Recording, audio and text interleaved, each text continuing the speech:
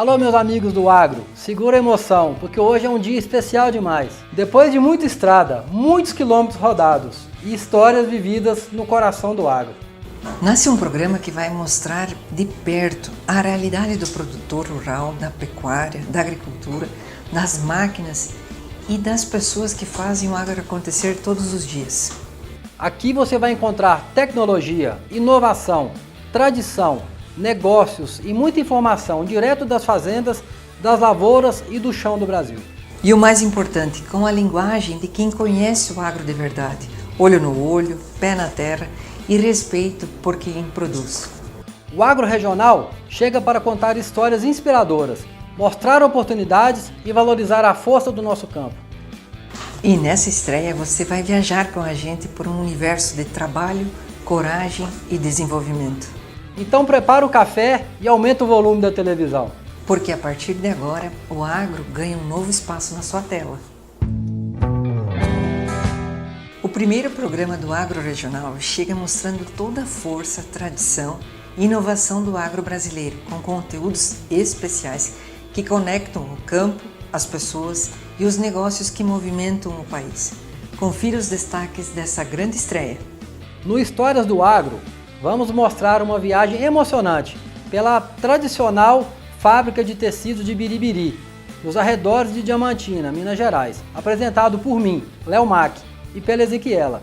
O quadro resgata memórias, cultura, desenvolvimento e a importância histórica da indústria para a região, mostrando como o passado também construiu raízes para o agro e as comunidades brasileiras. Eu comando o quadro Agromáquinas, diretamente com a Unicampo, trazendo conteúdo técnico, dicas de manutenção e informações fundamentais sobre máquinas agrícolas, tecnologia no campo e produtividade. Um espaço voltado para quem vive o dia a dia do campo. E para fechar o programa, apresento a vocês o quadro Gente do Agro, valorizando os profissionais que fazem o setor acontecer todos os dias. Nessa estreia, uma entrevista especial com nosso amigo Maicon Crestani, que traz experiências, histórias e visões sobre o universo do agro, reforçando a importância das pessoas que constroem o desenvolvimento do campo brasileiro. O Agro Regional estreia levando informação, emoção, tecnologia, negócios e histórias reais para dentro da casa de quem vive e acredita no agro.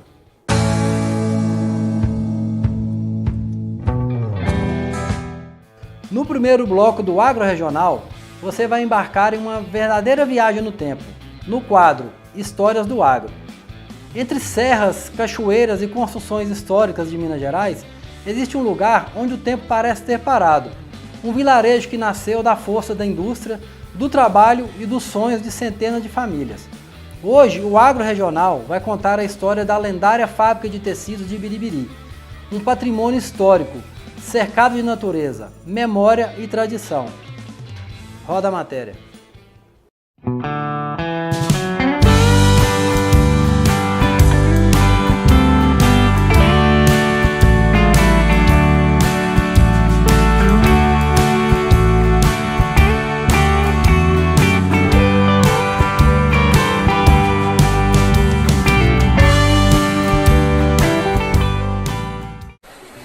Olha pessoal, acabei de chegar aqui na vila de Biribiri, deixei o carro ali.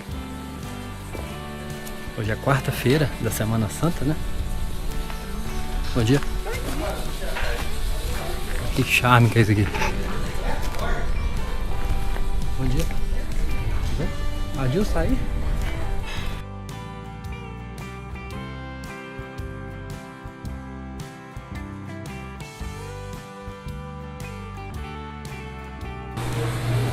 Bacana. Aqui no restaurante do Adilson, aqui na Vila Biribiri. Essa vila é uma vila, ela foi fundada junto com a fábrica. Aqui tem uma fábrica de algodão, de tecido de algodão, né? Que de 1800, acho que ela foi fundada em 1800 e alguma coisa. Eu vou pegar a data certinha ali. E essa fábrica, pessoal, eu vou fazer umas filmagens lá. Vou traçar um paralelo do passado com o nosso presente aí na região nossa oeste da Bahia, né? um dos maiores produtores de algodão do Brasil. Hoje é tudo muito grande, é tudo muito moderno aí, né? E aqui, pra vocês terem ideia, a fábrica aqui, no começo, ela era movida a água. Não, na época não tinha energia elétrica. Era movida a água. E eu vou mostrar pra vocês. E era tudo... tinha um maquinário, mas tinha muita coisa que era à mão, era manufaturado.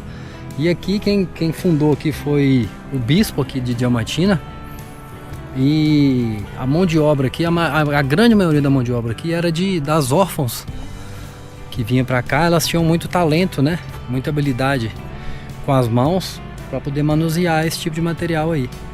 E vinha tudo, o algodão vinha do norte de Minas, de várias cidades, uma delas é Minas Novas, né? E vinha tudo em lombo de animal, não tinha carreta naquela época, né? E passava nessas estradinhas aí, cheio de curva. Hoje já...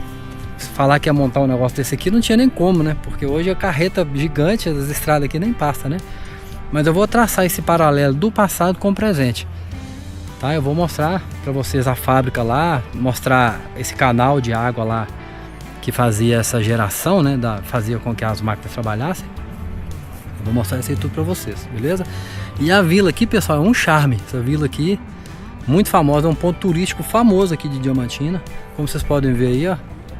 Tudo muito bonito, muito preservado. Isso aqui é uma área particular. Essa vila era a vila dos funcionários na época, né? E hoje tem um monte de restaurante. Tem restaurante ali, tem restaurante ali, tem ali, ó. E é bem procurado aqui. Então, logo eu vou estar postando todo o conteúdo completo, bem explicativo. Depois eu vou mostrar também o lado da nossa região lá, oeste da Bahia. Vou mostrar lá as máquinas de hoje, a modernidade que é hoje, né? Com essa tecnologia do século XVIII que tinha aqui, beleza?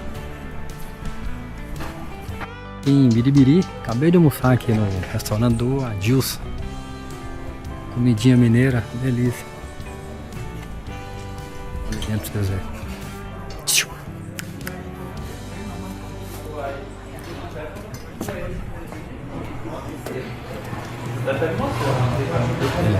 Tem de cachaça aqui, ó, pra quem gosta.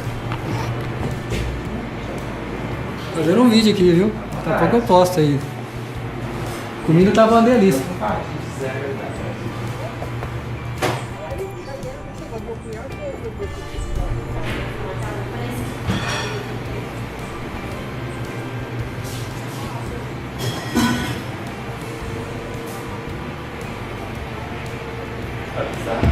Quando vai nascer, não precisa de bastante.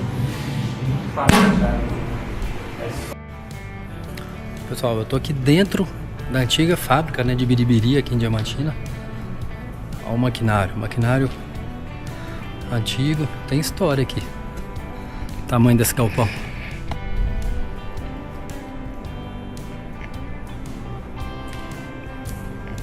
Essas máquinas aqui já eram da época da energia elétrica. Essas eram movidas a energia. Mais tarde eu vou mostrar para vocês ali o maquinário que era movido a água. Que era a tecnologia da época, era isso aí, há 150 anos atrás, né? A estrutura que é isso aqui.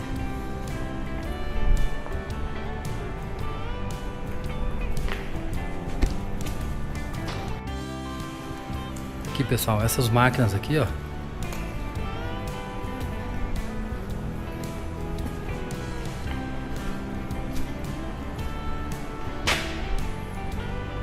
O nome dessas máquinas aqui é filatório. Aqui que era produzido o fio do algodão. O algodão chegava aqui em plumas, né? Até hoje, essa fábrica não, eles têm fábrica em outras regiões, né? Chega a pluma, eles fazem o fio, fazem o tecido, né? E essas aqui eu trabalhar aqui, nessa fábrica aqui, em Biribiri, Diamantina, Minas Gerais.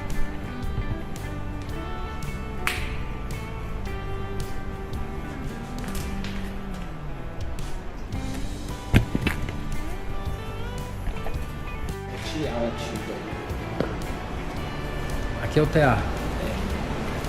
Pessoal, aqui é bem antigo. Aqui são os teares, né?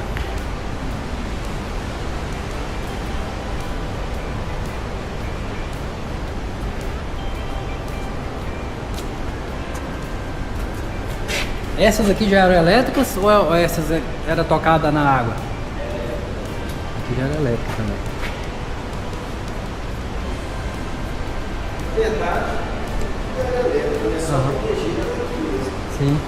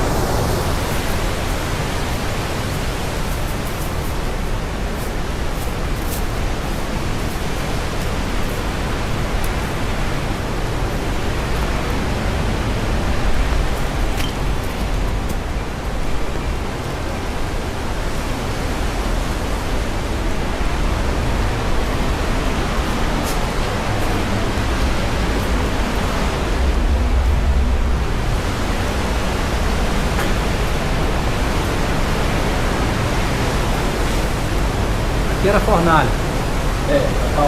Caldeira.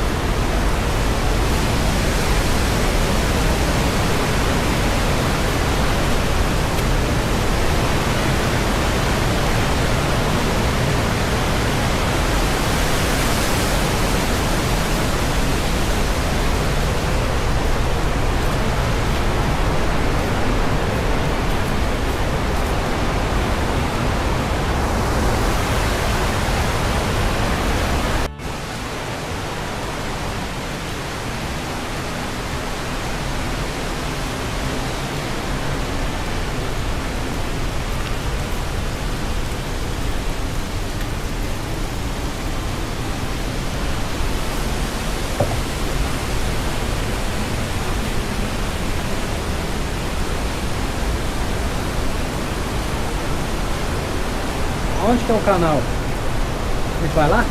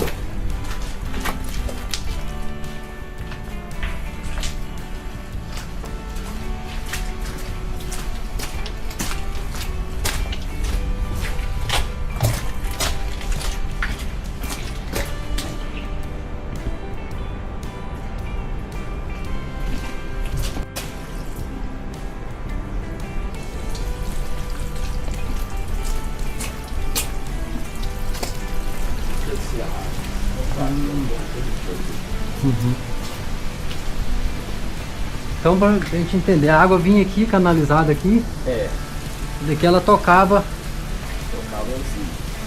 Era o que ela tocava? Era uma máquina dela distribuía para as outras? Como que funcionava? Ela tocava, não sei certinho o que era, não. Ó, pessoal, olha o tamanho aí do cano.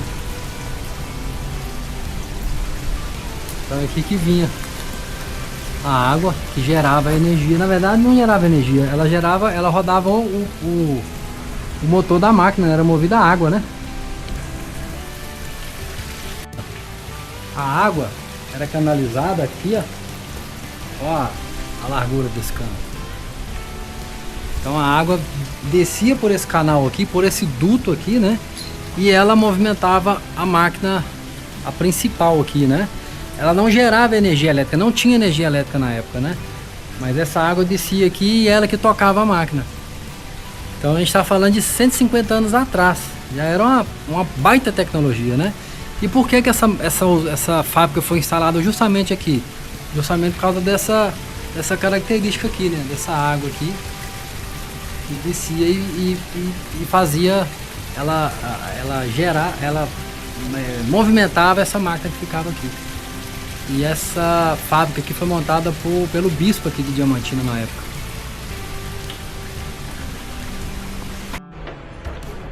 Pessoal, acabei de fazer uns vídeos aqui na igreja.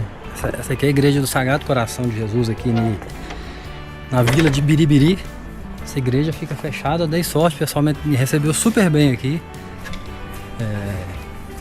Fui lá na fábrica, fiz uns vídeos na fábrica, antiga fábrica aqui. Filmei a igreja, filmei a vila. Agora eu vou para outro lugar. Fiz bastante vídeo, tem conteúdo aqui para muitos dias. E para quem não conhece, pessoal, vale a pena conhecer, que é a vila de Biribiri, viu? Em Diamantina. Olha que lugar lindo, ó. Aqui tá pertinho de Diamantina, da cidade, tá a 12 km da cidade. Tem um monte de cachoeira aqui, tem muita coisa. E aqui nessa vila tem casa para alugar. Procura se informar aí. Você passar um final de semana num paraíso desse aqui, num sossego desse aqui, já imaginou? O Agropesado entra em cena no quadro Máquinas e Manutenções. Léo Mack conversa com o time da Unicampo, empresa referência em implementos agrícolas, em um bate-papo cheio de informações técnicas, inovação e soluções que fazem toda a diferença no dia a dia do produtor. Um conteúdo voltado para quem vive o campo, entende a importância da manutenção e busca mais produtividade, desempenho e tecnologia para as operações do agro.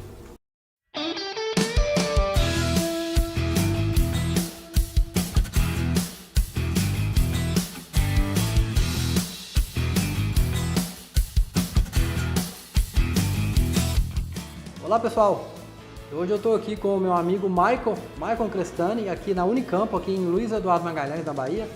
Michael, muito obrigado pela amizade que a gente tem aí, né? E eu queria saber de você, e muita gente quer saber, tem essa curiosidade, de onde você é, qual que é a sua origem, como você chegou aqui em Luiz Eduardo Magalhães? Então, Léo, a gente veio do Paraná em 2007, com o intuito de transferido comercialmente com uma empresa que chamava-se Montana Indústria de Máquinas. Sou filho único de uma família pioneira de italiano, de uma região do sudoeste do Paraná, chama-se Francisco Beltrão. E a empresa Montana veio para cá para desmembrar, já tinha várias máquinas aqui no Matopiba, principalmente a região da Bahia, e Luiz Eduardo Magalhães na época era o polo. E surgiu a oportunidade, a gente sempre brinca, né? Lá no sul não tem um passarinho para dar água. E a gente vem com aquele sangue guerreiro de conquistar, de desmembrar. E me fizeram a proposta para vir para cá. Eu não sabia o que era a Bahia, eu imaginava a Bahia praia, caipirinha, como todo mundo preza e preserva. Quando cheguei aqui, já tinha morado em São Paulo na época. Não me climatizei lá, não me adaptei com a região. Quando cheguei aqui, eu fui acolhido com muito coração.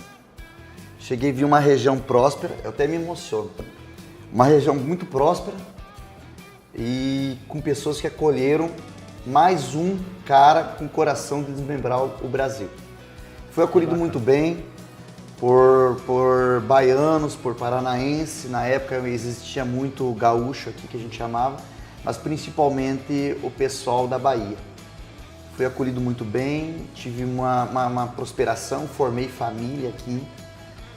Formamos empresa, essa empresa no qual foi constituída em 2012. Começamos uma empresa com R$5.000 e o berço foi Luiz Eduardo Magalhães.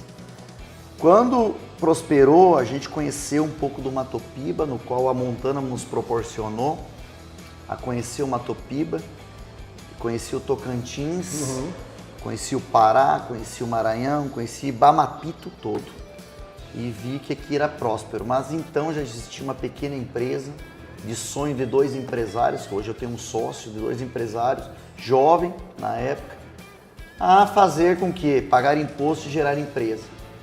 E eu prezo muito em geração de renda, principalmente emprego. E a Montana tomou uma proporção, foi vendida por uma empresa chamada Kuhn do Brasil, no qual a gente se tornou representante na Bahia e parte do Tocantins. Isso foi na véspera de 2014. A empresa tomou uma grande proporção por muito catástrofe e apreço para algumas empresas. A gente cresceu muito na pandemia. Não foi pensar em tudo que teve de catástrofe. A gente teve algumas coisas, principalmente no agro. A gente se tornou muita força, foi produzindo com que a gente tinha condição. E a empresa tomou esse corpo em 2014 para 2020. Nós temos 15 anos de empresa, Léo. Geramos, graças a meu bom Deus, que eu agradeço a Deus todo dia, geramos 100 pessoas, famílias, hoje 100 famílias dependentes. Você tem 100 colaboradores? 100 colaboradores, não é dependente, são pessoas que vivem daqui como eu. Eu falo que eu não sou um sócio proprietário, eu sou um colaborador que vive de gestão de empresa, vive gerando renda, vive gerando riqueza, vive acreditando no Matopiba. E eu sempre falo assim, ó, eu cresci nas crises, teve oportunidade, falei agora da pandemia, que eu preservo muitas famílias que perdeu ente querido, eu fui uma, mas a gente tem que se inovar. Eu acredito muito em inovação, eu acredito muito em pessoas, acredito muito que assim, o agro ainda é o principal PIB e economia brasileira. Então, se a gente retrair pensando em guerra do Vietnã, guerra do Iraque, guerra não sei o que, preço de diesel, commodity em baixa, a gente tem que se inovar nesse meio princípio. E o berço e a característica da Unicampo Máquinas não só foi vender produto. Eu vim de departamento técnico e eu preservo o que eu sempre acredito. A gente não adianta vender máquina. A gente tem que vender para o produtor, para o cliente, para o amigo, a eficiência do produto adquirido. Para isso precisa o quê? Conhecer a parte técnica, conhecer o que o produto pode entregar dentro da porteira para dentro. E é o que a gente fez no Gurupi. Uma região pujante na pecuária. Fortíssima. Fortíssima. Já vem com berço desde a época do Goiás, a pecuária de lá. E começou a virar uma pecuária intensiva, tecnificada, com base de custo. E é onde a gente tem que buscar e trazer a perfeição para essa base de custo. Ou seja, não adianta o produtor adquirir um produto e não saber como usa. Eu até brinquei com você lá, eu fiz uma analogia, mas é verdade. É a mesma coisa o cara ir numa concessionária comprar uma Ferrari e só usar ela para ir numa padaria para comprar um pão. Ele tem que viver aquela experiência e usufruir 100% daquilo que ele está comprando. É o que você fez lá, o cara que compra um equipamento com você, o cara tem que saber tirar dele tudo que ele pode entregar. E nesse treinamento que você deu lá, eu vi que você e a sua equipe conseguiu passar essa mensagem muito bem. Todo mundo elogiou bastante esse evento que você fez lá. Tá de parabéns. Amém. E aí poucas empresas eu vi fazendo isso aí, que o pessoal vende e o pessoal vai lá, faz uma entregazinha técnica básica e deixa o cara lá, né? Você tá de parabéns, o que você fez lá foi inovador. Então, a gente busca assim, agricultura e pecuária hoje dentro do Matopiba andam juntos. Antigamente a gente falava, lá, região pecuária, aqui é agricultura. Eu já vejo uma concentração, agricultura e pecuária andando junto. Sim. E é isso que a Unicamp buscou. A gente trouxe para a região de Gurupi, estamos acrescentando aqui no oeste da Bahia também, uma pecuária intensiva, com produtos tecnificados tanto quanto igual à agricultura hoje, com GPS, drone, tecnologia, mapeamento de área, o melhor da pecuária entregando dentro da fazenda. E o que a gente buscou também lá, Léo, que foi interessante, acho que você até participou, foi não só falar do produto, como preparar a equipe de operação. Sim. Que eu preservo muito assim, como você falou, não adianta eu adquirir uma Ferrari se quem vai tocar a Ferrari não sabe o uso que tem a Ferrari. Então hoje a 80% do produto adquirido está no operacional. A gente treinar o operacional vai ter o melhor produto entregue dentro da fazenda com o melhor resultado. Então assim, eu não posso colocar um produto virar custo dentro da fazenda, e sim investimento. Pode ser em curto, ou longo, ou médio prazo. Ele tem que se pagar, né? Tem que se pagar. Você falou tudo, é um investimento. Quando a pessoa investe, ele espera um retorno, né? Sempre. Então sempre. É investimento. E na pecuária, Mike, a gente vê muito ali, o pessoal da pecuária mais antiga, eles enxergam muita coisa como custo, né? E tem que mudar essa chave aí e ver tudo como investimento. Mas investimento com o pé no chão, né? Investimento mesmo. E a prova disso é esse equipamento que você vende. O cara às vezes compra uma calcariadeira só para jogar calcário, um exemplo. Mas será que ele está usando ela da melhor maneira possível? Será que ele foi orientado a colocar, por exemplo, uma taxa variável, né, que na agricultura usa? Inclusive na pecuária, a gente vê muita gente, muito pouco pecuarista, aquele antigo, quase não aduba o pasto, né? Poucos deles jogam calcário, então isso aí está migrando da agricultura para a pecuária. E você tem muito equipamento para facilitar isso aí, né? Então, lá, Léo, não sei se lembra que a gente começou o assunto assim, quem é produtor de grão? Poucos eram produtor, a maioria é pecuarista. Uhum. E a gente tentou mostrar o quê? Que o mesmo lugar que você produz o soja é o mesmo lugar que você vai produzir o feno, é a mesma qualidade. Uhum. Tanto é que quando a gente falar do gado, o gado é mais exigente que o próprio ser humano, pela qualidade, pela harmonização, pelo alimento, pelo cheiro, pelo fato ou pela própria água. Então a gente tentou lá buscar o máximo de tecnologia para otimização. Então quando a gente fala em produção de soja por hectare, a gente foi buscar a produção de arroba por hectare. Então é isso que a gente buscou. E a Unicamp veio com isso. Não só vender produto, isso foi berço, foi histórico. Não só vender produto, e sim trazer a tecnologia para o campo, para o produtor e principalmente o operador. Michael, te agradecer, meu amigo. Obrigado. Obrigado pela amizade, obrigado por ter agradeço. aberto as portas da empresa para esse bate-papo nosso, né? E deixar o espaço a você, se você quiser agradecer alguém, fica à vontade. Sim, Léo, eu tenho por mim que a gente tem que agradecer principalmente uma palavra bíblica, agradecer a Deus. Concordo com você, plenamente. Que hoje, se não fosse Ele, a gente não estava aqui. Então, um agradecimento a tudo que Deus trouxe para nós estarmos aqui todo dia. Você viu que lá eu comecei agradecendo a Deus, acabei agradecendo a Deus, porque senão a gente não tem como estar no mesmo tempo. Sim. E também, Léo, essa oportunidade sua, Léo Mac tem história com nós aí, está fazendo história, e eu sou fã, você, do que você está divulgando, disseminando o nosso agro da melhor forma possível. Então, Léo, parabéns, continua isso. E a todos os agricultores, amantes do agro e pecuarista, o nosso abraço e o lema da Unicamp Máquinas. Juntos, somos mais fortes. Olá, pessoal. Eu vou falar de um assunto aqui que poucas pessoas sabem, só quem é ligado ao agro realmente que sabe.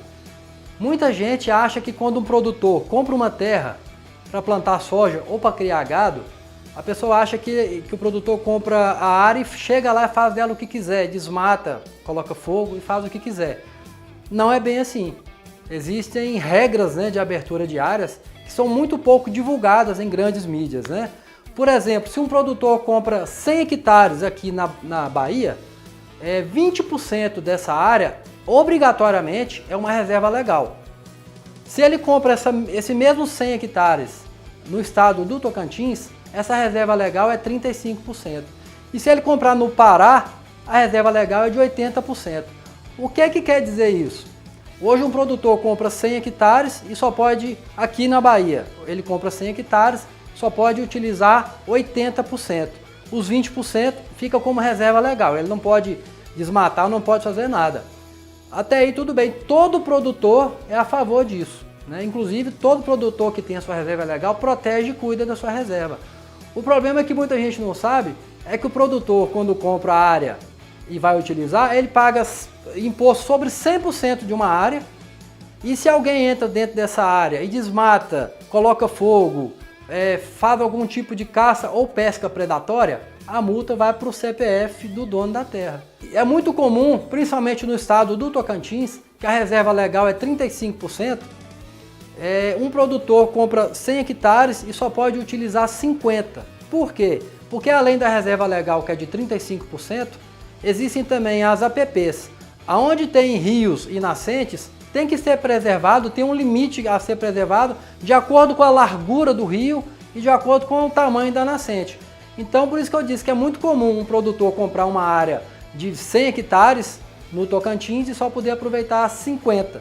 E desses 100 hectares que ele comprou, ele tem que pagar imposto sobre a área total, e se alguém entrar lá e fizer qualquer coisa ilegal, a multa vai para ele. Vou fazer uma analogia aqui para você entender como que funciona. Suponhamos que você compra uma casa de 3 quartos.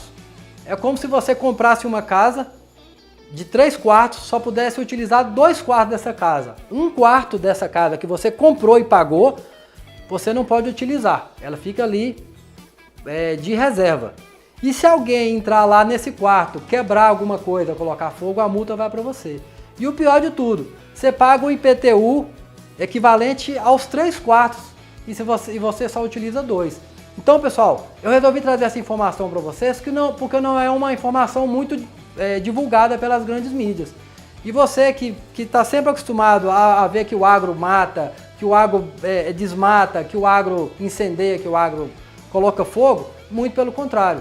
O agro respeita todas as leis ambientais vigentes no país. E o Brasil, pessoal, pasmem, o Brasil é um dos países que mais protegem, que mais se preocupam com o meio ambiente. Porque em outros países na Europa, se você der um Google, se você for pesquisar, não tem esse respeito, não tem essa proteção ambiental igual tem aqui no Brasil. Fiquem por dentro, acompanhem os nossos próximos episódios e mande suas dicas e sugestões. Se você tem alguma dúvida sobre o agro, mande para nós, a sua sugestão vai ser muito importante para a gente. Olá pessoal, eu estou aqui no Estádio Municipal Coronel Haroldo, aqui em Luiz Eduardo Magalhães, na Bahia. E por que eu estou num campo de futebol hoje? Não é por causa da Copa do Mundo não, é pelo seguinte pessoal, eu vim aqui acabar com uma grande mentira, um grande mito que é contado há décadas e muita gente toma isso como verdade, né? O pessoal fala que o agro, ele envenena as lavouras, né? E esse veneno que o pessoal usa, que na verdade não existe veneno, é um defensivo agrícola, né? Que esse veneno desce para o rio e mata o rio, seca o rio. Já cansei de ouvir isso aí, acho que você já deve ter ouvido falar isso também, né? Então eu vim aqui, pessoal, para acabar com essa grande mentira. De que forma? Tá vendo esse balde aqui? Esse balde são 30 litros. A vazão, pessoal, que o pessoal da agricultura usa, vazão, para vocês terem ideia, é a quantidade que eles usam de produto por hectare. E eu estou no campo de futebol aqui justamente para vocês terem uma noção do que é um hectare. Um hectare, pessoal, é uma área de 100 por 100, ou seja, são 10 mil metros quadrados. Esse campo de futebol desse tamanho que vocês estão vendo aqui não dá um hectare ainda. É parecido com um hectare, mas não chega a dar um hectare. Então eu pergunto para vocês, como que um balde desse aqui, que jogado numa área desse tamanho aqui, vai descer para um rio, vai secar um rio? Então é um mito, é uma grande mentira que o pessoal propaga, principalmente as grandes mídias, né? E a pessoa, como não entende, nunca viu aquilo, acredita e fica propagando, fica replicando aquilo ali, e outra pessoa escuta e vai repetindo, vira aquela coisa que uma mentira contada 1000 vezes se torna uma verdade, né? Então eu resolvi fazer esse vídeo para acabar com essa mentira, que isso é um mito. E outro detalhe, pessoal, esses 30 litros por hectare, se a gente fizer uma conta aí matemática bem básica, 30 litros são 30 mil ml. O hectare são 10 mil metros quadrados. Você pega 30 mil ml, divide por 10 mil, vai dar 3 ml por metro quadrado. Aí eu te pergunto, como que 3 ml, você tem noção do que é 3 ml? É uma injeçãozinha daquela.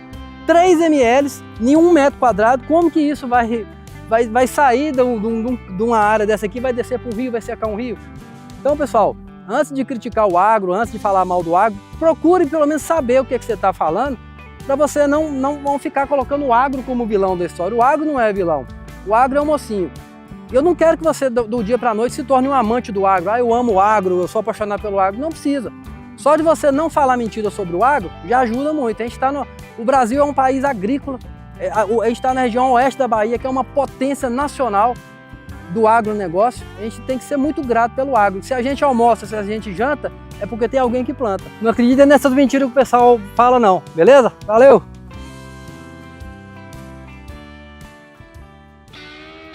E assim chegamos ao fim, pessoal.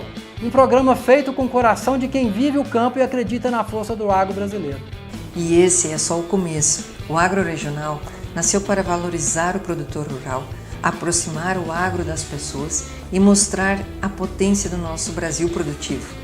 Obrigado pela companhia, pelo carinho e por fazer parte dessa estreia tão especial com a gente. Continue acompanhando nossas redes sociais, nossos conteúdos e os próximos programas que vêm cheios de novidades. E lembre-se, menino parado não vende picolé. Até o próximo programa. Até a próxima, pessoal.